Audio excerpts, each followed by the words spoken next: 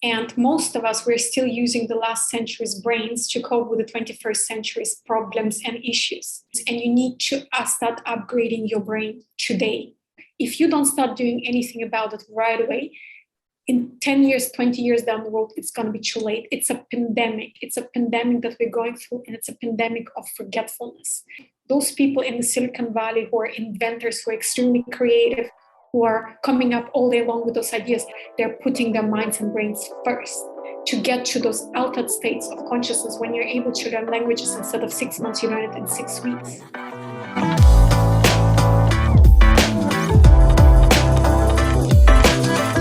Hey guys, Tom Wedding back here again with another video. In this one, I've got Rina with me. We're going to talk all things about brain power, concentration, focus, and unleashing creativity, which is very, very interesting. So Rina, thank you for jumping on. I hope I said your name right, because I always get confused with names. Yeah, I think not much can go wrong with that one.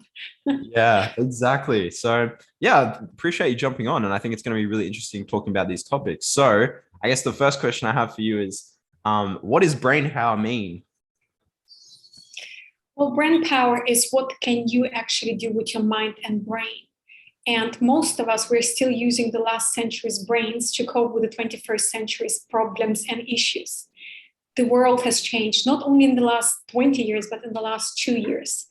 And if you're feeling like you're overwhelmed, it's getting too much information, too much staring at the screen, and too much is happening online, the chances are your brain power is just, you're running basically on fumes. You're basically running on fumes, and you need to start upgrading your brain today and your mind to cope with all those challenges. I seldom get overwhelmed when it comes to that, but there are certain things that I have done to get myself here where I can cope with everything that comes my way, deal with it. I'm running a business myself. I'm talking to all kinds of people all day long, multitasking, you name it. And still, I go to bed sleeping well. So just to share with you a bit of my background, I'm an achiever. I used to work as a consultant. I lived in Singapore for almost 7 years. And 7 years ago, I was on top of the world. I had landed my dream job, and I was making good money. And I thought, this is it. But something started happening to my brain, to my mind. I was forgetting everything and anything that was discussed in meetings. I started going into meetings, recording conversations on my phone, because I could not remember anymore what was discussed when I was walking out of those meetings. I needed 1 hour of drinking coffee before I was ready to actually open up my very first email. And everything was just too much. And I used to binge watch the weekends away just because I was too tired to do anything. On top of I'm an introvert. Being around people all the time really, really drained me. I was running on fumes as well. And because I was only in my 30s, I knew I had no choice but to start doing something about it. Many of you who think, you still subscribe to that belief, that in our teenage years, 20s, we increase our intelligence, and then at some point it plateaus, and then it kind of starts fizzling out when you hit your 40s, 50s. And that's just the way it is. Yes, you forget here a thing, another thing. That's why you have your reminders for. But guess what? Before you know, if you don't start doing anything about it right away, in 10 years, 20 years down the road, it's going to be too late. It's a pandemic. It's a pandemic that we're going through, and it's a pandemic of forgetfulness. Just when we are reaching that age, when we are most wise, most intelligent, we have most life experience to contribute and start making this world a better place, guess what? Your mind and brain fails you. And if you think, oh, well, I'm not 50 yet, I'm still a young guy, young girl, I'm going to worry about it in 30 years. Think again. The science has shown that the brain starts breaking down 30 years before it's too late. So if you think you're going to wait until you turn 50, think again. I was in my early 30s when it hit me. And by the way, it was a side effect of actually pushing myself, burning myself out way too many times. And that's what, no matter what age you are, if you're on having a job, whether it's you're running your own business, I guarantee you probably have hit several times already in your lifetime. It's going to get worse. Several times those points when you were completely burned out. And the body is going to give you the bill for that eventually. Maybe it will last you until you're 50, but maybe it's going to be in your 30s. And we are entering the mind hacking age. I truly believe we are entering the mind hacking age. I highly advise you read the book called Stealing Fire, and will show you how, if you think those people in the Silicon Valley who are inventors, who are extremely creative, who are coming up all day long with those ideas, they were just born that way. No, there are certain things that they do. Yes, they're smarter than an average person, but on top of that, they're putting their minds and brains first. They do anything and everything, be it to get to those altered states of consciousness. When you're able to learn languages, instead of 6 months, you learn it in 6 weeks. Because they know that is the true competitive advantage. When I read that book about a year and a half ago, I realized, oh my God, this is what I've been doing all along for myself. And I learned so many tools, techniques on my journey that this is what I teach. I share with people, and you can start doing the same for yourself. I hope you're feeling the urgency here. I hope you do, because if you want to remain relevant in the 21st century and keep up, because the rules have changed, you can no longer rely on your 20th century brain to cope with the challenges of the 21st century. If you want to remain relevant, if you want to get ahead of the pack, that's why they're doing whatever they're doing in the Silicon Valley and the military as well, then you start paying attention to that as well. And it's not about playing Sudoku. It's not about it's learning speed reading. And there's so much more to that. It's really mind hacking, using your own mind to hack your own mind and your brain. That's what it's all about. I love it. I love it. So powerful. So powerful. And I think very, very true. The mind is definitely one of the most important things you should focus on. So I guess the next obvious question would be, okay, that's cool. We understand why it's so important, but how do you kind of go about changing your mind and rewiring it to be in the right state, to have more memory and all these kinds of things? Well, there are two things. In my case, I literally left and took a break for 1 year. I'm a big traveler, and I've been to over 50 countries. I've been all over the world for the last 50 years, you name it, from Australia to now Mexico. That's where I live. But when I was at my lowest point, and I decided that I really needed to take that break. I needed to restart all my circuits. I needed that breather. And what did I do? I went to Nepal and I was meditating in Buddhist temples for a month, because I wanted to learn their mind hacking tools, because nobody is more ahead when it comes to understanding the mind and understanding everything that the mind can do than Buddhism or just Buddhist monks, whatever you want to call them. So I went and I learned from them whatever tools, techniques, meditations they had, breathing techniques. Then I spent time in yoga teaching schools. I traveled the world. I went to Mexico. No country unleashes more my creativity than Brazil and Mexico. Such colorful countries, so much music, so much is happening. It's really balm for my soul. So find those places where you can recharge, rejuvenate, find back to yourself. If you are exhausted, running on fumes, and if you have that possibility, pay off your student loans, whatever you need to do. That's what I did. I tied up belt and I paid off all my tuition, because I studied in Australia, and Australia is freaking expensive. And I paid off all my debts, because I knew I cannot fly far if I have debts. I paid it off. I'd set a time, and 6 months later or 8 months later, I was able to leave and do whatever the hell I wanted for 1 year. I had enough money saved up, and I started putting myself first. If there is one step you can do, even if you cannot resign, maybe there's the pandemic, maybe you cannot catch flight out of your country, wherever you are, but you can start paying your debts now, so that in 6 months, 9 months, 1 year, set a date on it. Don't just think, oh, maybe. If there is a maybe, it's never going to happen. Decide, put a date on it, commit to it, and the stars are going to align in your favor, and you're going to leave. That's what happened to me. I started putting my health first. I needed that 1 year, because by the time I left Singapore, I didn't know if I liked pizza or pasta, green or yellow. I did not know. I was completely lost. And there was so much fog. I constantly felt like my head was in a fishbowl. That's why I could not see beyond my own nose. And it's hard to have a good memory in such a place. Just completely zooming out and leaving, going somewhere else, changing the scenery. It's a very, very good first step. If you are stuck in a job because you have family, children, whatever, you cannot leave anytime soon, then there are other things that you can do, such as start decluttering your brain now. Many think, well, for me to become more intelligent, that's what I thought. I need to memorize more facts. I need to consume more information. we don't need more information. We need actually less information. We need to start decluttering whatever information that's already in, and it's useless. The monkey mind is just that. You have your energetic field where there's everything and anything that you've ever experienced in your entire life. It's all there fighting for your attention. Our brain is just a tool that is trying to read that information as well as it can. And it constantly gets distracted, diverted. There's this, there's that, there's food, there's this, because it's like a million flies buzzing around your head, all fighting for your attention. And what can you do to start letting go of that? First, just check in and see how much of that energy, information, content, thoughts, emotions are not even yours. We are like sponges. We go to a place, I think everybody on this planet by now is familiar with the concept of energy. People have bad vibes. People have good vibes. With some people, you walk away energized. With other people, you feel like freaking drained. You never want to see that person again, right? So all of us are familiar now with the energetic concepts. But what many people don't know, maybe they feel it, but many people don't know, is that every time you interact with another person, you take that energy with you.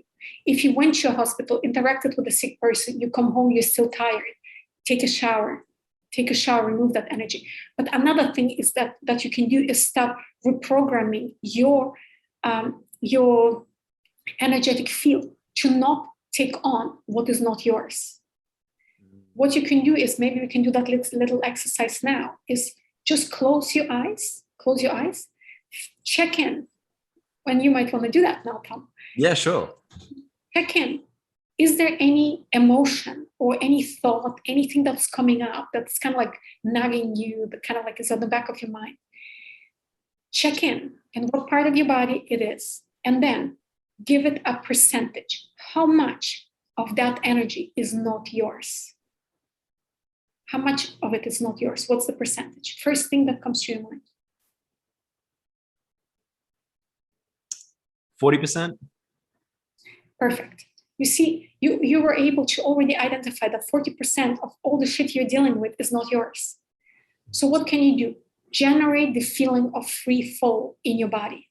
Remember, when you just like letting it all loose, you know you're going to get caught. You're not falling off the chair right now. Just generate that feeling of relaxation and free fall and complete confidence and trust that things are going to be all right in your body. And then just visualize or just intend for that gray energy, that 40% that's not yours, to go back wherever you picked it up from. See it just leaving your aura by relaxing. Just try it. Just relax. Just generate that feeling of free fall in your body. And just thank that energy for being there, for trying to tell you its story, but let it go now. Ask it to go back to the center, or visualize it going out of the window, floating out into the universe to be transmuted into love and light, whatever works best for you. And just breathe into it. Sometimes it takes 30 seconds for it to leave, but usually it's very, very fast. Whatever is not yours, you just have to intend for it to leave, and it's going to go away. Whenever you're feeling overwhelmed by emotion, by thought, whatever energy is kind of like around you, whenever you're feeling too overwhelmed, check in immediately, because chances are it's not yours. Because if it's yours, whatever is left, those 60% that are yours, you can easily deal with it. Life never gives you more than you can handle. That's it. And that's the issue. When we were children, we are the weakest link. And all that energy, that vibe, energy, whatever, from our parents fighting, shouting, whatever it is, it always goes to the kids. And we take it on as ours, and we live our life out of that space. If you do that every single day before sleep, your sleep is going to be so much better. Just let go whatever shit you have going on, pardon my language, but let it all go to whoever it belongs to, and you will see how you will feel so much lighter. It is so much easier to live your life from that space when you're not dealing with other people's issues. Try just doing that. This is one of the many tools that I teach that will help you start decluttering your mind. See the mind as a room filled with thousands and thousands of different pieces of clothes. And it's a mess. It's a mess. Trying to have a good memory in that space, it's very hard because your brain is not able to find the right pathway to download that particular memory that you need right now. That's why the more dirty clothes we are piling up in our room, the harder it becomes to have a good memory. We all have a brilliant memory. All we need to do is start decluttering. And one way of doing that as well is to start writing your morning pages. Morning pages is a concept that I picked up from a book called The Artist's Way. I highly advise you read it. It's a book on how to unlock your creativity. Creativity is the gateway to intuition, but the intuition can only flourish in an empty mind, as Buddhists call it, is the no thought mind, the empty mind. Many people think, well, how can I think if I don't think? Well, there is more to that, and I'll share more about it as we continue with this conversation. But there's something else that I wanted to share with you, is this whole morning pages concept. I started writing morning pages about 2 years ago. And the reason being is because about 4 years ago, I went on this Vipassana retreat. If you've never done it, I highly advise you do it. Vipassana is this 10-day silent retreat where you're not allowed to talk to anybody, not look anybody in the eyes. You're basically left alone with your mind for 10 days. And I started realizing how boring my mind is. It just keeps obsessing about the same 100 things over and over and over again. Worry about the future, regrets about the past. There is no unique, groundbreaking thought in that space. None. Many people think they think, but truth is, almost nobody truly thinks on this planet. It's just emotion wrapped up in a little bit of thought. And usually it's, oh my God, oh my God, oh my God, oh my God. And then there is a little bit of thinking happening around it, but usually it's just an emotional freak out. When we think, we just emotion and that's all there is. Very few people really have groundbreaking thoughts, bring in truly groundbreaking new ideas. If you want to unleash your creativity, you got to transcend the emotional space and start really operating from the mind space. And it's not about suppressing emotions, because if you suppress emotions, they're going to come hunting you, and then they're going to bite you in the ass. I guarantee. They're going to drag you down. Because these are the skeletons that cause us then to fall sick, fall whatever. 95% of all our ailments, they go back to our emotional world, whatever is not right there. I highly advise you heal your emotions. And morning pages is a great way of doing that. It's not a diary. It's not about writing about your day. It's about checking in. I was angry today. What is truly behind that anger? I was irritable today. I was upset because somebody was unpunctual. I was upset somebody canceled on me. I was upset, So basically, I'm not trying to say that, don't get me wrong, the emotions are not your enemy. They're there to tell you their story. Something happened in your world that trespassed your boundaries, trespassed what is right in your eyes, right in your world. Somehow you were hurt. Somebody said something that bothered you, but you suppressed it, neglected it, and whatnot. Whatever was not right with who you are, it didn't align with who you are, it will stay in your energy field until you listen to it and allow it to tell you its story. Most of the time, what we're angry about is not what we're angry about. There is much more. And it's actually a process of gold digging. Because once you actually unwrap that emotion, give it that time, place, space to tell you its story, the insights that will come out of it will actually change you who you are. Because you will understand more and more who you truly are, what you stand for, and what you will allow to happen to you in the future and what you won't allow anymore. So start writing it down and you will start getting those insights. First 6 months, I was just ranting on those pages. The sun is too round, the sky is too blue. It's just ridiculous things that were just floating in my tongue, but still I needed to get it out of the way.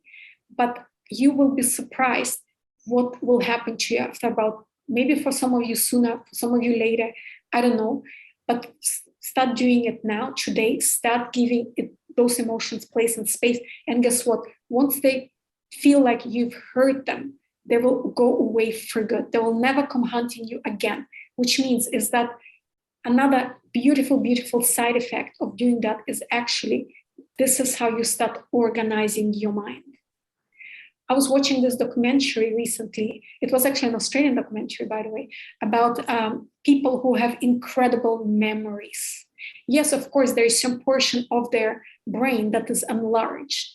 But one thing that they've observed about those people with incredible memories is that they are incredibly organized. And it's not about being OCD about things, but it's just being organized is a reflection of an organized mind. Many think, well, if I organize my brain, my desk, my mind magically is going to get organized too. No, that's putting the cart before the horse. Do it the other way around. By writing out or cleaning up whatever you need, you throw away whatever you don't need, you keep whatever you like. It's like folding those clothes and putting it on its rightful place, which means that in an organized mind, it's so much easier to find information, recall, and learn new information and make use of it. And in an organized mind, this is when intuition can truly come in, and you can start accessing higher ideas, powerful ideas, start truly thinking. Because right now, it's like standing in a room with 100 people shouting, you are here, the intuition is on the other side of the room. The intuition is trying to tell you, this is the golden idea that you need to implement in your business. But you don't hear that voice because there are 100 people shouting all for your attention. And even if you hear that voice, what are the chances of you hearing it correctly, implementing it correctly, recognizing as the golden $1 million idea? It's very, very, very hard. Definitely. I think the biggest thing I could gain from that is just that process of detachment from everything and removing the baggage, so to speak, because that's really what keeps us down. It sounds like that's really what the main problem is just having so much going on and so much clutter in our minds that it's so hard to operate in the way we want to operate. So I think that removal of baggage is very, very important.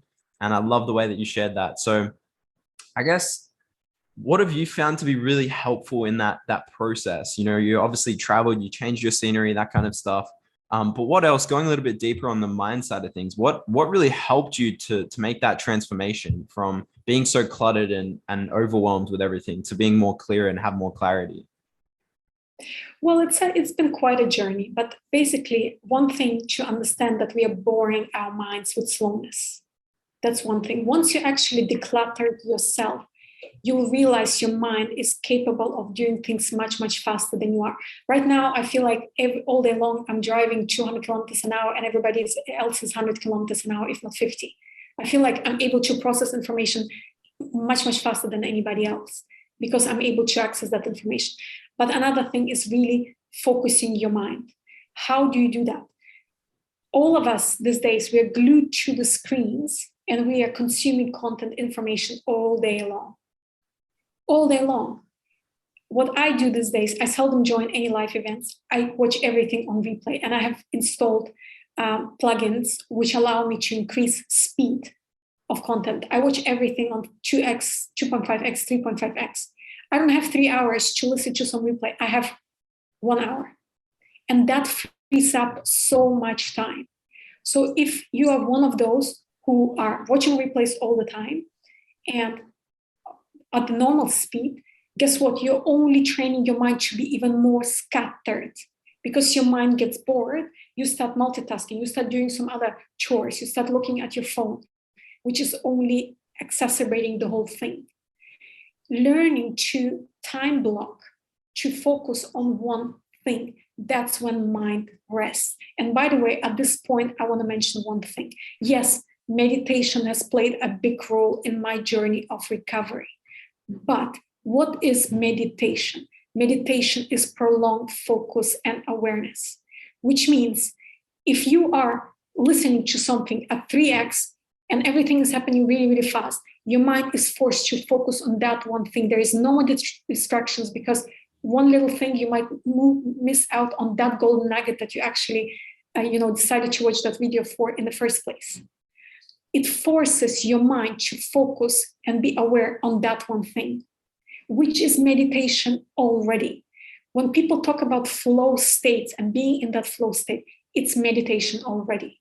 So don't just think, oh my God, meditation is not for me, monkey mind, monkey mind. Actually, the more you clean up, automatically your mind will go into that meditative state. And that's when the mind can rest. When it is able, I'm doing just this podcast now. There's nothing that worries me on this planet right now, just this, having this conversation with you. Nothing, no unfinished business, no to-do list, no nothing. This is what's important, and this is where I am. But to train your mind to get here, of course, I've been listening to audiobooks at double speed for years. I started increasing slowly over time. And then before I knew, I'm able to listen to audiobooks now at 2.5x. And the reason why I don't listen to it even faster, because the app doesn't allow me, but I would definitely do that. And because I've trained myself, my mind just focuses on that one thing, and it gets replicated in other areas of my life. It gets replicated when I work, when I do this podcast. My mind is already trained. There is nothing more important than this thing that I do now. Yeah, just coming to the present. Yes, which is, again, this is already meditation. This is meditation. Our life is becoming a meditation. Everything you do, so long as you are focused, fully aware of that one thing, fully present, be it a conversation with a loved one, be it watching that sunset, whatever it is, be fully present. But of course, first you need to close down all those million tabs that are open on your computer screen, which is whatever is in your mind.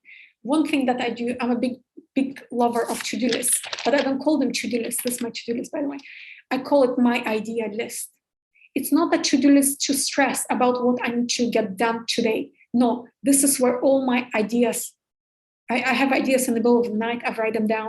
This is where my ideas go for my business. And I pick and choose what I choose to do, what I don't choose to do. If I don't do it today, I take the next 5 days off, no big deal. I just know that no idea is going to fall through the cracks. If you still are operating on this I must to-do list, step away from it, have an idea list. Yeah. It's what I want to do. And by putting it there is no stress, worry. I had this brilliant idea last week. What was it again? Where can I find it? I have a journal as well where I put my ideas. And some ideas, I know they're going to be just relevant in June, not today, not February. But I have it there. And once the time comes, I'll start working on it. Another thing is, if you have any unfinished business, finish that business now. If you have any elephants, you got to make that call and have that difficult conversation with someone, and it's been on your to-do list for the last 3 months. You've been avoiding everything you've been avoiding. If this is something that you can just close tap on, it doesn't need to be done, forget about it, let that go, then just detach and let go of that. But if it's something that you gotta do it today. Most of those things probably will require you to do less than 5 minutes of your time. Maybe cleaning up your computer is gonna take you a day. Get that done, because it's an open tab on your computer screen that is bothering, feeding off of your energy, something you don't want to do, and get it all out of the way. This were the two really, really good things that I implemented in my life, so that I never feel like I'm forgetting anything. Everything, any idea goes on a list. It's there, it's sitting, it's waiting for me when I'm ready to act on it. It allows you to be present even more in whatever you do now. Another thing is, I said, download. There are speed controller plugins that you can install on your Google Chrome very easily. It will appear on all your videos. Start increasing, start training yourself. If 1.25 is how you're going to start, perfect. Start somewhere. Start training yourself. And the third thing I would suggest, start pacing around. Don't just sit and consume content. It's already scientifically proven. The memory works much, much better when you actually move around as you are consuming content. Get good headset, plug it in, put your computer, watch the replay. If it's a live event and you really must be there, then at least pace around as you're listening to it. I usually listen to it the first time. I don't take any notes. I just want to get the gist of it. Okay, what's the big picture? What's all about? And then I go back and maybe just go back to those golden nuggets, write down like minute 25 in that video. That's where something interesting was said, so that you can go back. And that's when you can sit down and quickly jot down whatever the information was there. Many get lost in splitting hair rather than zooming out and understanding the bigger picture. A lot of those replays that we consume, it might be relevant to us or for our business only in a year down the road. So get the big picture now, but then come back and look at the details when your business has grown to that level where that's actually relevant. Yeah. And I think a lot of people definitely consume content that they don't need. because there's so much there, right? If you're on any social media platform, you're going to see so many pieces of content every single day. And there's always new ideas and new things popping up and new and exciting, flashy things. And so there's so much content that we don't actually need to consume that we're consuming. So I think a lot of it is just elimination, wouldn't you say? Yeah, get a good journal. If you're consuming those ideas, maybe you still have a full-time job, but you're dreaming about starting your own business. Start collecting your ideas. Yeah. Maybe use like Evernote, whatever, and add those links in so that you can find them again. Have your idea journal, put it all in there. Start collecting before you know, if you really start writing it all down, a picture will start emerging and you might leave that job sooner than you thought. You might get excited sooner than you thought. But if a lot of the content you are consuming is just like entertainment, okay, fine. Maybe that's what you need to wind down at the end of the day. I do that too sometimes. I also like my Netflix at 9 p.m. because otherwise sometimes my brain doesn't wind down because it's so excited about everything that I do. But be strategic about it. Be strategic about it. Start planning ahead. Yeah, I totally agree. I'm the same. Like every time I eat, I have to watch something and it has to be entertainment. It's like a ritual for me now. Which is perfect. It's fine because you can hardly pace around as you do it. But there's something interesting that's happening when you pace around, when you're consuming content, and it's actually something that is not just entertainment, but it's actually some information that you want to use for your own business. Because there is one part of our brain that goes toward making sure we don't trip and fall, but there is another part of our brain that is able to actually, once one part of the brain gets out of the way, the other part of the brain is able to actually store that information better. And again, I can't emphasize it more, this whole entering altered states to do it. And this is the next really mind-hacking frontier that people are trying to get into, through all kinds of like stimulations and frequencies and sensory deprivation tanks and all that. It's putting you in a state of consciousness which is beyond the concrete mind, the fact mind, the logical mind, is entering the space of pure intuition where it's no longer words, but it's visual. And that's something that is an interesting side effect that I experience. Maybe it's the whole cleaning up my mind, organizing my mind, decluttering my mind. These days, when I read books, it's almost like watching movies. Yeah. I love reading biographies about geniuses. The geniuses, what makes them genius, they actually are able to see things beyond. Mm-hmm. They transcend thinking, whatever learned knowledge they have. It's almost like they see visions about the future and everything that is possible. They're very, very visual. Nikola Tesla, before he manifested anything, before he created his invention, he actually played out and designed this whole thing visually in his mind. And that's another thing, another myth that I want to debunk is just because you were not born genius, it means you didn't win the lottery, the genius lottery in this life. There is nothing you can do anymore. It's a lie. It's not true. Like I was saying, now these days when I read a book, it's almost I'm reading with a completely different part of my mind. And it's like I'm watching a movie in my mind. The more we declutter, the more we get into that no thought space, the more we unleash and unlock true potential of our subconsciousness. And it's no longer subconscious, it becomes conscious. If we start operating from that space, geniuses, what they do, they actually constantly transition between altered states and consciousness states. They keep going back and forth. Ideas, bring it down. Ideas, bring it down. Follow artists, people who are incredibly creative. They see music as energy. They see music as colors. They see music as visions. And we all can get there. All you need to do is just to start decluttering, to start getting to those places. I'm not saying it's going to happen tomorrow, but this is the most fascinating thing you will ever do. And it's not something you can ever outsource. Nobody can do it for you. There is no magic pill that you can take for this. Even magic mushrooms, some are going to help you. They'll help you to a certain extent, maybe. But there are certain things that you really need to do. And it's exploring your own mind. And how incredible is that? Exploring your own mind. Many people know thyself is one of the most imperative rules that you need to do in life, but we're so wrapped up in other people's businesses that we don't know ourselves. Yeah, 100%. And so many people are living from the external to the internal instead of the other way around. And I think you're absolutely right. We need to start living from our mind outwards and stop reacting to what's happening around us, instead creating what's happening around us. So very, very powerful stuff. And one thing I was thinking of as you were speaking just then is you were talking about like how seeing things visually is like a totally different thing, like a totally different altered consciousness. And so one thing I was thinking is that it's very interesting how we think in language, right? Like when we think of an image, we think of the word associated to it. And it's like we're almost limited in a sense by the language that we speak because there's only a set amount of words, right? Whereas if you're thinking visually, that's infinite. Like there's infinite possibilities of things and ideas that can pop up because you're not limited by a language that you're thinking in. So I just found that very interesting. I was thinking that as you like talking about visual. And you know, the golden ticket ideas, they feel like, I often say, they feel like sprinkle. It's like fairy dust sprinkle. And this is something that definitely I'm experiencing, you know, whenever that idea comes, and it comes all day long. If you start implementing your miracle mornings, do what you love the most in your very first hour of the day.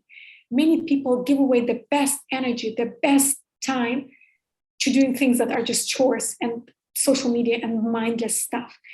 We don't have control over how our evenings are going to be, but we do have control how we start the day. Like I write a children's book in the morning. That's the thing that I enjoy the most doing. And if I can fit that 1 hour of writing a book in the morning, that energy, if ideas just flowing, it pursues me throughout the day. So what does it kind of look like getting into those altered states? Because obviously for a lot of people, that's going to be very difficult because there's so much going on and so many other things happening in their mind that to reach that altered state is like pretty difficult. So is there any like quick little hacks you could share on getting to that state that's going to help people to think more creatively? Well, to begin with, when you wake up in the morning, you are a little bit in an altered state already. That is why it's so important that you invest your best time, your best energy, your best creative potential into your projects.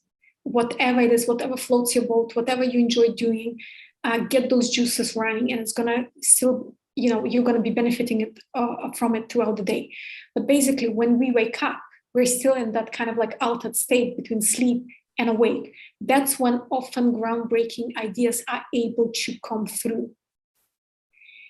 This is where those ideas finally can come through, and they come to all of us. Start journaling.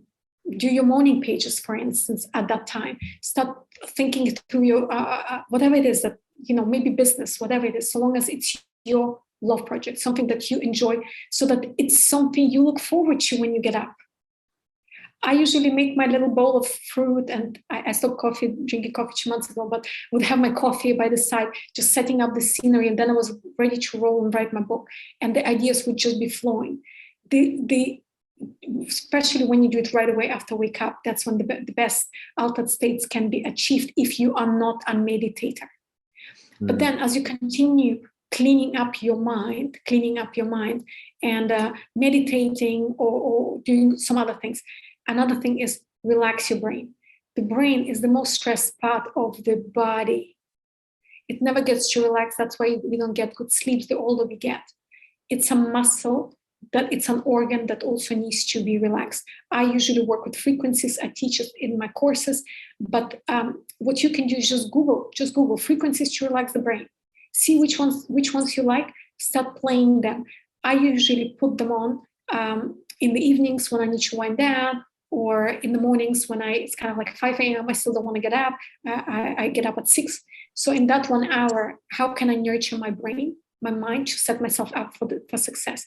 Frequencies is a great way. Essential oils is a great way. Of course, there's certain physical exercises and certain transmutations of energies that you can do, which I cannot share more about at this point, but I share in my programs, that will allow you to actually energize your brain more.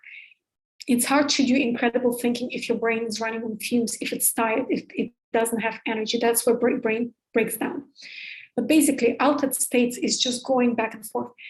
You must understand, intelligence is comprised of three things, not just intellect. This is what we think is intelligence, facts, and memorizing things. And that's what most of our school education is focusing on. But there are three parts to it. There is the instinct. We all know our physical body has its own intelligence too. That's why you are able to catch that cat before it falls. You react faster than your mind is able to catch up and create that thought. Grab that glass, you just react. Sportsmen and women make so much money on that, on monetizing their instincts.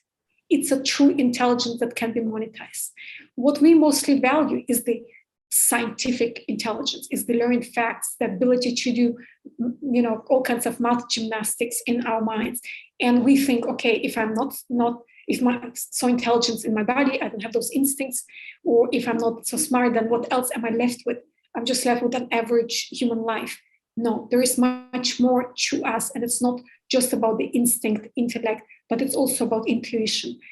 Those of you who speak the chakra speak, navel chakra is actually the one responsible for instincts, a very, very well-developed navel chakra. If you follow martial arts, if you read martial art books, a lot of techniques around that is actually storing energies in your navel. And there is a reason for that, which I cannot share, but there's a reason for that. Why navel chakra is very, very important in martial arts, and it helps with instincts. Then those of you who subscribe to this whole intellect idea, I must know all these facts, fine. Actually, you are using these two chakras, your throat and ajna. It's the ability, the ajna energizes the eyes, ability to absorb information, break it down. The throat chakra is the creative chakra as well, is breaking it down, manifesting it, making it happen. All those details. People who are very confused, very not detail oriented and stuff, they usually have issues also in those chakras that need to be cleaned up and declutter it more than anything. But then the intuition is actually the higher level of intelligence. This is what everybody's after. CEOs want to unlock their intuitive intelligence. Why? What do they know that we don't know? Because when you access intuition, you're actually working through the forehead chakra and the crown. These chakras are the chakras of pure knowing. Crown chakra, pure knowing. You just know. There is no thinking required. You just know. This is the way, and you get it done. The forehead chakra is the visual chakra. Is you see, that's the third eye that people talk about. You have a vision. This is how it's going to look like. You see that idea in your mind, all the details, there are no words. There's just a vision. This is how it's going to look like. You see things in 3D. It's very, very symbol oriented. It's visual. And by the way, the forehead chakra energizes the right side of the brain, which is the creative side of the brain, is the artistic side of the brain, is the visual side of the brain. The ajna chakra energizes the left side. That's the mathematical side of the brain. That's the verbal side of the brain. Now you understand your two sides of the brain are not energized by the same chakra. They're energized differently. And that's why there are people who say, oh, I'm very creative, but I'm not good at maths. Well, chances are one chakra is developed more than others, or vice versa. There are many people who are very, very intelligent, extremely intelligent, but they don't feel anything, no energy, and are very emotionally detached. Very true. Very, very true. I love that. And that's very insightful talking about chakras as well, because for a lot of people, it's all about that energy, all about understanding where it's happening and what is happening in your body, So I love that. I love that it gives it a bit of understanding. And also altered states and the conscious mind, you're actually going from ajna to forehead and crown. That's altered state, forehead, crown, altered state. You actually basically all the time transitioning between those two chakras, 4 chakras, sorry. Heck yeah, powerful. I love it. So I don't want to leave this too long. I think we've been going for 45 minutes or so. So probably wrap it up now, but I wanted to ask one last question. What are 3 actionable things you would give to people that are most important for what we're talking about here today? Clean up your mind. There are plenty of tools, energy healing schools, whatever it is that you can do to start cleaning up and decluttering. That's step one. Second step is, and I taught you the technique here, one of the techniques, but I think this will get you started. Second, start organizing your mind. Start journaling. Start getting to know yourself. Know who you are, what's swimming in your fish tank. Get rid of whatever doesn't serve you. Keep whatever serves you. And you will see how much more mind space you're going to free up. And third thing is reclaim your mornings. That will set you up for success more than anything else.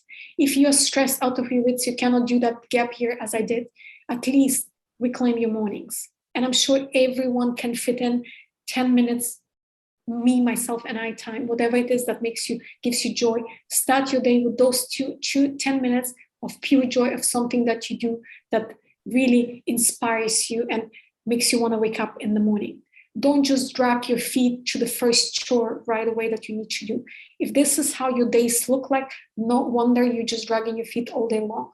Start reclaiming your mornings and do the things that gives you greatest joy. There is a book written on that called Miracle Mornings. It gives a few suggestions what you can do. It basically divides the hour into 10-minute chunks. You visualize, you meditate, you do some physical exercises, but that's not for everyone. Pick and choose. If sitting down and painting that painting, whatever, is what you love doing, then do that for 10 minutes.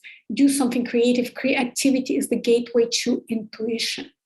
If you want to start playing the game at a different level, if you want to catch up, keep up, and start playing the game at a higher level, you can. That's the beauty about it. You don't need a lot of money for that. It's just all about putting yourself first, focusing on yourself first, and that's your competitive advantage. And I mean, the incredible things that I'm able to do with my mind today, I would have never thought possible. Never. But now I can do it, which makes me a genius. Every one of us has a unique brand of intelligence, something that makes us genius. We are so unique. There are no two people alike. And stop subscribing to the usual definitions of who geniuses are. If playing that instrument is not your thing, I guarantee you there is something that you do better than anybody else on this whole planet. And maybe it's just something like having blue hair like you have it now. And nobody's cooler with such a look than you. And that's all there is. And that's what makes you genius, because nobody can pull it off better than you do. Figure out what it is. Figure out what it is, embrace it fully, and you might just find out a niche or something that you can monetize. Whatever your crazes are, somebody is just as crazy as you are, and they probably will identify themselves. Everyone is a brand these days. They will align themselves with you. They will follow you. They will admire you, and before you know, you will have your following and maybe even a very, very profitable niche. Figure out what it is. Ask your friends. Why are you my friends? Maybe you are the best at screwing up things. Well, that's what makes you amazing. You screw up things. Isn't that amazing? That's what makes you amazing. And this is what last thought that I want to leave you with. We are amazing, truly are. There's nothing we need to do to be amazing. We were born amazing. We breathe. Isn't that amazing? But somebody told us we had to be perfect. And you have to do something to become perfect. And once you do that, I will evaluate and I'll tell you if that's perfect. And if that's perfect, then you're perfect. And we are constantly chasing that perfect. But to me, being perfect is just a watered down version of amazing. And it's us handing over the power of deciding who we are, evaluating who we are, judging us who we are to other people. Be amazing. You are amazing. And nobody can define or tell you what to do to become amazing. You just are. Figure out what is so amazing about you. Join the tribe of like-minded people. Inspire others to find that thing that makes them amazing, which is just being alive and breathing. That's all it is. There's nothing we need to do. Live your life from that space of I'm freaking amazing and there's nothing I need to do. And stop judging me because I'm freaking amazing. You know? Don't see how amazing I am. Exactly. You know, things like that. And live your life from that space. And I guarantee you, your life will be transformed. Stop being perfect. Be amazing. I love that. That's a very, very powerful message. Very powerful, because creativity is all subjective, you know, like two people might create a piece of art and one might look better to someone and the other one might look as good to someone, but it's all subjective, right? Creativity is in your own mind. So I love that message. So thank you, Rina, for jumping on. I really appreciate it. I think this has been a really insightful chat. And where can people find you if they want to have a chat about more of this stuff? Sure. So I just finished also my little ebook on this topic where I share more energy secrets on how you can actually hack your mind and brain. And you can find it under rinalang.com/ebook. You can also find me on Facebook, Rina Lang, LinkedIn, Rina Lang. Just look for Mind and Brain Power Coach.